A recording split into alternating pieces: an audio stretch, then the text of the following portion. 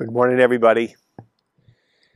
As we were fighting the Japanese and making our way across the Pacific, as we got closer and closer to the Japanese home islands, the fighting became more and more intense.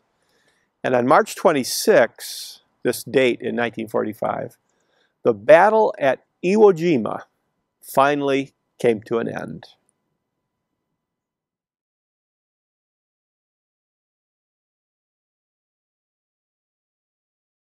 So at the beginning of World War II in the Pacific, Japan occupied lots of land. You can see up in China, Indonesia, modern Indonesia, Indochina, but a big issue for Japan was oil. Japan does not have its own oil industry, so it was getting oil from particularly Indonesia. So Australia is going to be crucial strategically early on.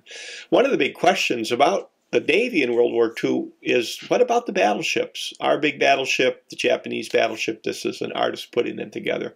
Would they ever fight each other? And then the role of the aircraft carrier. We didn't have many aircraft carriers when World War II started. We had a lot more at the end, but the aircraft carrier will become the crucial big ship in World War II. And we got really good at coordinating amphibious attacks on islands. The first couple battles we were not nearly as efficient as we got later. And the fact that we were able to fuel and feed and supply this huge fleet just amazed the world as we got deeper into World War II in the Pacific. So the red line is the Japanese perimeter, and you can see Australia is just south of it. Australia is close to those Japanese supply lines. It's where Doug MacArthur went in March after he was told to leave the Philippines. The Philippines fell to the Japanese eventually. So MacArthur was in Australia in charge of the army, and then in Hawaii, Chester Nimitz on the right was in charge of the Navy. So part of the Pacific War is those two guys and how they planned it and organized it. So not long after Pearl Harbor, we actually attacked Japan. The Doolittle raid, airplanes took off from some carriers, bombed Japan, and then escaped off to China. Big psychological win for us. And then in May was the Battle of the Coral Sea, which is off the coast of Australia. This is aircraft carriers only. Another win for us, and a reminder that Australia area is important. This is considered the turning point in the Pacific, the Battle of Midway, where we sank 4 Japanese carriers. So the war is going to go on for 3 more years, but Japan will be on the defensive.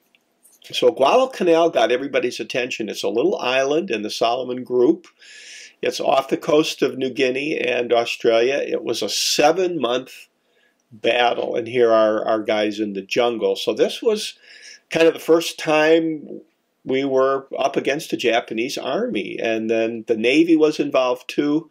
In fact, during the Guadalcanal campaign was the Battle of the Santa Cruz Islands, in which we lost an aircraft carrier and another one was damaged, but we did big damage to the Japanese. And not long after that was just called the Battle of Guadalcanal, another naval battle where we were victorious and did lots of damage to Japan.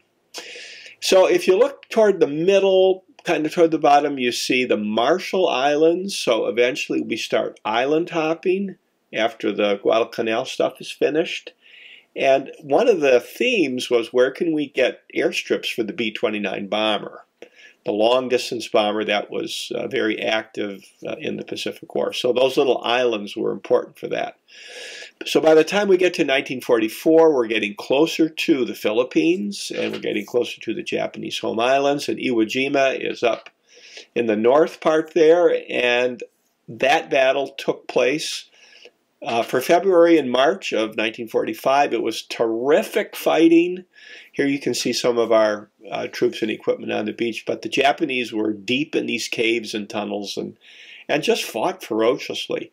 This is the photograph that people associate with Iwo Jima, the flag raising on Mount Suribachi, but the battle wasn't finished when this photograph was taken. There were still weeks to go.